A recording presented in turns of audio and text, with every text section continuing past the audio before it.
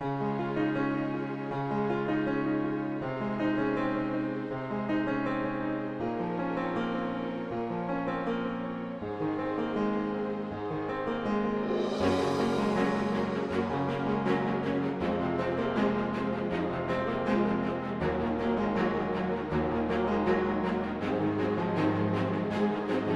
idea seria explicar-vos la problemàtica de la migració des de la perspectiva de la salut mental, però voldria parlar sobretot de la migració d'avui en dia, de lo que està passant amb la migració. Se ven estadísticas, se ven datos sobre los aspectos económicos, las ventajas, pero detrás de todo eso hay unas personas que están viviendo situaciones realmente muy complejas, muy duras muchas veces, como ahora veremos, y a nosotros, desde el punto de vista médico, psicológico, pues es que, contrariamente a lo que se suele plantear, los seres humanos somos buenos emigrantes. De suyo la revista Science, en un artículo reciente, decía que seguramente la capacidad de emigrar es una de nuestras mejores cualidades. Hay cierta predisposición a la migración en algunas personas con un tipo también característico de funcionamiento cerebral. Todos los humanos que habitamos hoy en día el planeta, o la inmensa mayoría, procedemos de una migración que tuvo lugar hace unos 100.000 años, procedente de la región de Kenia. Todos, fijaros cómo al final todas las gráficas acaban en esa región del África centrooriental, la región de Kenia. Entonces, al fin y al cabo, la historia de la humanidad es una historia de una gran migración. Sin embargo, en el mundo de hoy, emigrar se está convirtiendo en algo muy difícil, porque nos encontramos con que hay muchas vallas, hay muchos... y justamente el resultado de la comparación de los datos que tenemos ahora respecto de los datos de hace ya 30, 40 años, es lo que nos muestra más claramente cómo emigrar cada vez es algo más complicado. De suyo, España es un país con una gran historia de migración. La migración era tan importante que había hasta el Día del Emigrante. Es decir, en aquellos tiempos no había días de todo, ahora hay día para todos los temas, ¿no? Era una época del franquismo, una época difícil, y millones de españoles pues emigraron hacia Francia, hacia Alemania, hacia todo el norte de Europa. Y yo lo que recuerdo es que mis familiares marchaban con ilusión, con esperanza, porque sabían que al otro lado tenían un futuro, iban a hacer las Américas, iban llenos de proyectos. El mundo ha seguido dando vueltas, España entró en la Unión Europea, volvieron los emigrantes españoles de Alemania, incluso de América también, y resulta que España pues, empezó una etapa de gran crecimiento económico y empezaron a llegar inmigrantes. Pero esta vez ya no llegaban en muy buenas condiciones. Es muy diferente esta migración de la que yo mismo había visto en mis familiares. No es lo mismo emigrar en barco que emigrar en patera. No es lo mismo emigrar en buenas condiciones que emigrar en condiciones extremas. Este sería el cambio que se ha dado en la migración. Y todos hemos visto estas imágenes de gente ahogada, en las fotos, en las playas. Bueno, hoy mismo el periódico trae 300 inmigrantes muertos en la zona de Italia, pero es que además esta vez no han muerto por un naufragio, han muerto cuando los han recogido en barcos que no tenían condiciones para recogerlos y han muerto de frío. Y el mundo sigue girando y nos hemos encontrado con una enorme crisis en España, o con una crisis que ya es seguramente más global también, ¿no? Con un cambio importante a nivel del funcionamiento de la sociedad, y nos encontramos con que ahora también los españoles ya emigran, vuelven a emigrar. Es decir, hay decenas de miles de españoles por toda Europa. Por cualquier lugar del mundo que vas, te dicen que hay españoles buscando trabajo. Yo lo he visto hasta en África. Hasta en África te dicen, pues aquí también hay españoles. ¿Pero qué dices? Sí, aquí también. En cualquier país de Latinoamérica, en cualquier país del mundo, hay españoles otra vez emigrando y buscando trabajo. Y ahora lo hacen en muy malas condiciones también. Podríamos decir que hay tres grandes diferencias entre las migraciones de los años 60, que yo mismo he conocido, y las migraciones actuales. En primer lugar, se da una gran ruptura familiar. Hoy en día emigran hombres, mujeres, incluso niños, pero emigran solos. La familia podía tener dificultades, pero había muchas más posibilidades de que emigrara junta. Hoy en día hay incluso leyes que dificultan de manera expresa que las familias emigren juntas. En segundo lugar, estamos viendo que los inmigrantes viven una exclusión social estructural, es decir, no es que el ascensor social esté estropeado, es que ha sido arrancado de cuajo. Y en tercer lugar, y esto es algo que nunca había pasado en la historia, emigrar se ha convertido en un delito. Emigrar está penado ya en sistemas legales, como robar, como cometer una actividad delictiva. La gente rica emigra mejor que nunca, porque las fronteras están hechas sobre todo para los pobres. A los pobres siempre les falta un papel, a los ricos les sobran los papeles para pasar las fronteras. Si alguien extranjero se compra un piso, le dan los papeles. No hace falta que salte la valla de Melilla y todo eso. Luego tenemos los inmigrantes regularizados, inmigrantes que tienen los papeles, que viven aquí como ciudadanos, pero este grupo, a pesar de todo, suele ser un grupo que vive situaciones bastante duras, de exclusión, de dificultad de progreso social, es decir, suelen ser pues, la gente que vive en los barrios más pobres. Después tenemos los inmigrantes que tienen papeles, pero que no tienen todos los derechos, porque hay inmigrantes que tienen la documentación, pero no se les permite traer a la familia, porque hay que tener toda una serie de requisitos para que un inmigrante pueda traer a sus hijos.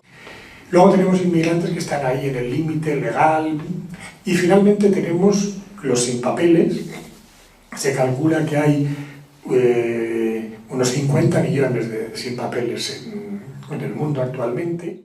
Bien, nosotros trabajamos con modelos fundamentalmente basados en la teoría cognitiva y psicosocial del estrés y en la teoría psicoanalítica del duelo. Intentamos combinar elementos sociales y elementos más psicodinámicos.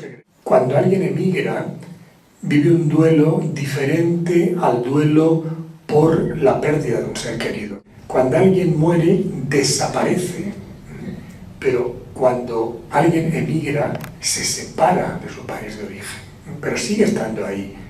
Sigue estando ahí el país de origen, sigue interactuando con el inmigrante y se convierte en un duelo recurrente, crónico, que dura toda la vida del sujeto. La familia y los seres queridos, la lengua, la cultura, la tierra, el estatus social, el contacto con el grupo de pertenencia y los riesgos para la integridad física, es decir, todo. Una madre o un padre tiene un dolor enorme cuando les separan de su hijo pequeño. Esto se llama apego. Y quizás es uno de los pocos puntos en que prácticamente todas las corrientes de la psicología están de acuerdo, en que esto es muy importante. Pues esto los inmigrantes lo tienen destrozado en la mayoría de los casos. Hoy en día no se emigra en familia, no emigra el papá y la mamá cogiditos de la mano con los niños. Es muy difícil. Emigra el padre, al cabo de unos años le da permiso a la madre, luego viene un hijo, después la madre se vuelve, después...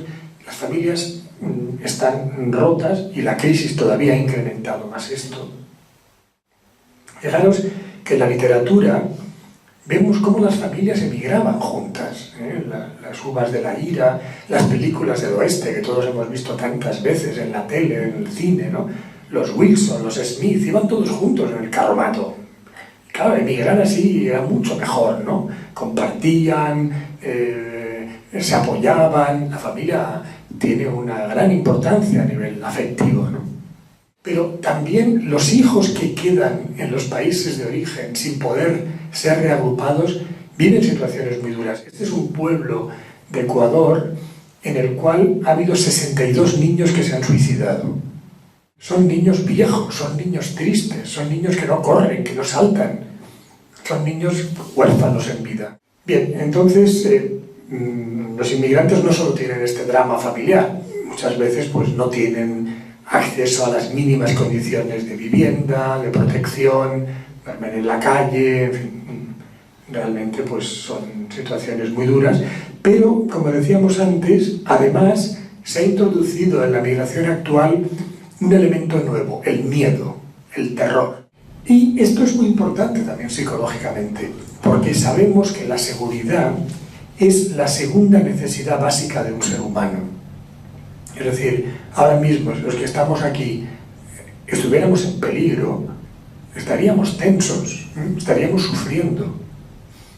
Estos problemas que viven los nuevos inmigrantes del siglo XXI son especialmente difíciles porque son muchos y se potencian entre ellos, son crónicos, se viven durante muchísimo tiempo, muchísimos años muchas veces. Un autóctono, cualquiera de nosotros, solo con coger el teléfono, tiene montones de personas que le pueden ayudar, que tienen contactos, que le pueden... Estos inmigrantes, sobre todo los sin papeles, que no tienen prácticamente grupos de apoyo. Quizás por eso se refugian mucho en su propio grupo. Luego decimos, no, es que hacen guetos. No, bueno, pero ¿tú les has abierto la puerta de tu casa?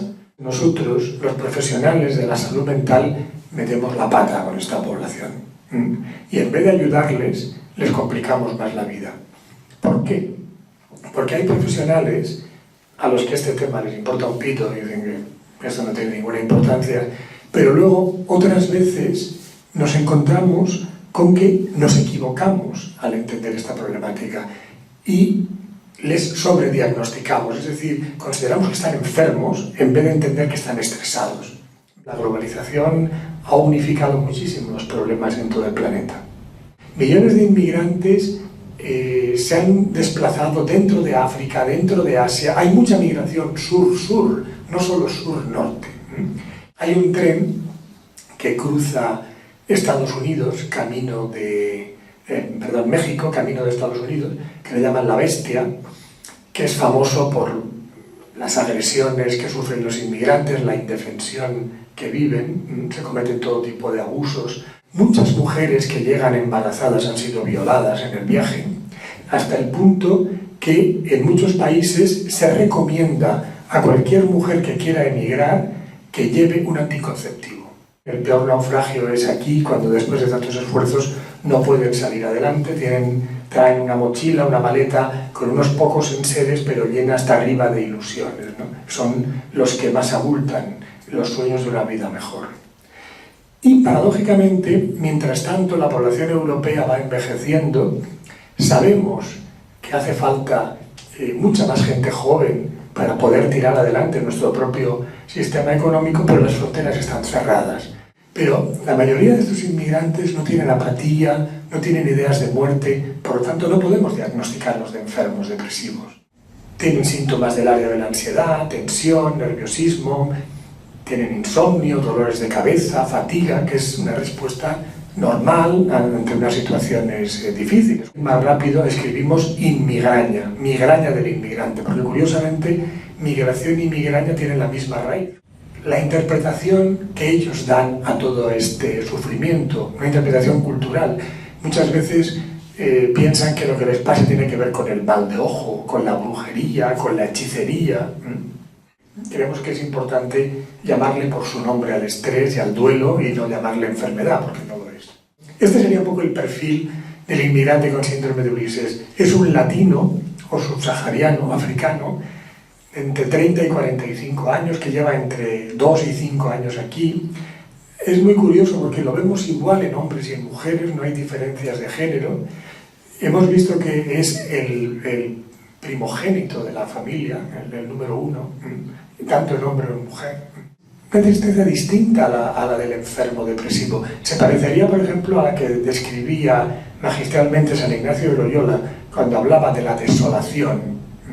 Él diferenciaba a nivel psicológico la desolación de la consolación. Desolación es sin sol, consolación es con sol. Hay un escritor español, Pío Baroja, que decía: a veces siento un tipo de tristeza tan especial que creo que sería muy desgraciado si no pudiera sentirla nunca más. Hay tristezas bellas. Richard Rorty, un gran filósofo americano, decía: sin tristeza no hay compasión ni solidaridad, que son el fundamento de los derechos humanos. Bien, sin embargo, hay un problema importante en los inmigrantes, un trastorno mental importante, que es el alcoholismo. Pero es curioso porque el alcoholismo no se considera un trastorno mental, se cree que es cultural. Es que aquí bebemos mucho, beber es cosa de hombres. Hay un paciente que me decía: doctor, voy de mal en peor. Es que el alcoholismo es una enfermedad mental muy grave, porque está relacionado con la violencia de género, con los abusos sexuales, con los accidentes laborales. Esto sí que es una enfermedad.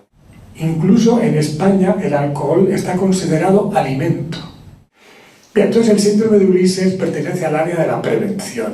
El síndrome de Ulises sería un poco pues, como la caña que se dobla al viento pero no se rompe y luego se vuelve a erguir. ¿Hasta qué punto el diagnóstico psiquiátrico está ligado también al mantenimiento del poder, al mantenimiento del tipo de sistema social? Es un debate que creo que es muy importante que por lo menos los psiquiatras lo tengamos. Aquí tenéis un ejemplo. Dice: me diagnosticaron psicosis delirante reivindicativa. Era un disidente rumano.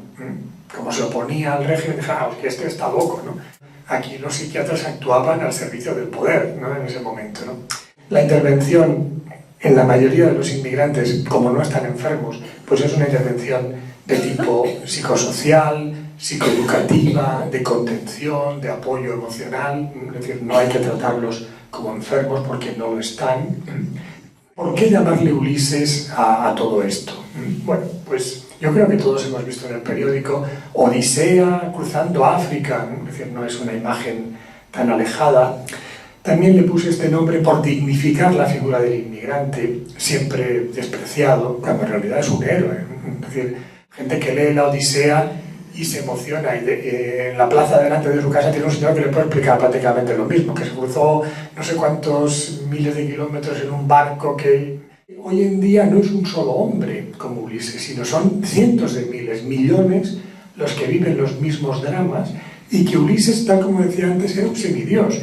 Y ahora esto lo vive la gente corriente. Es decir, malos tiempos aquellos en los que la gente corriente tiene que ser héroe. A la gente corriente no nos gusta ser héroe. Pero fijaros que el viaje de Ulises fue un viaje mucho más corto, entre la costa de Turquía y la costa de Italia y de Grecia. Es decir, muchos menos, miles de kilómetros que los que hacen los inmigrantes de hoy en día. Cita del canto quinto, ¿no? Ulises pasábase los días sentado en las rocas a la orilla del mar, consumiéndose a fuerza de llantos, suspiros y penas, mirando dolido, doloroso el horizonte infértil. Es decir, bueno, pues alguien que no ve salida, que está asustado, lloroso, es lo que nos explican todos los días en las consultas.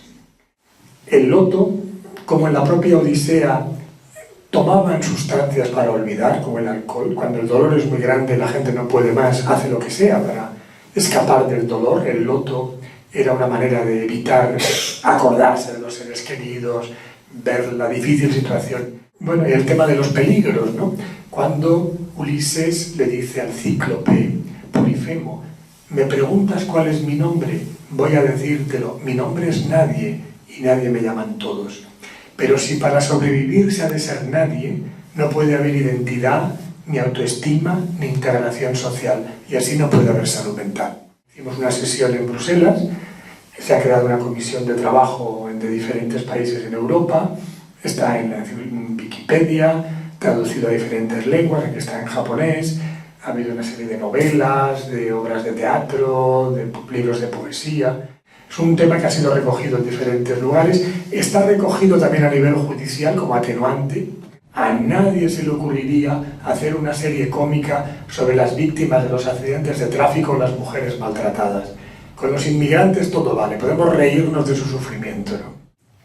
Finalmente Ulises encuentra a su familia, está con los suyos, y muchas de las realidades de nuestro mundo de hoy un día no fueron sino sueños, la abolición de la esclavitud, los derechos de la mujer.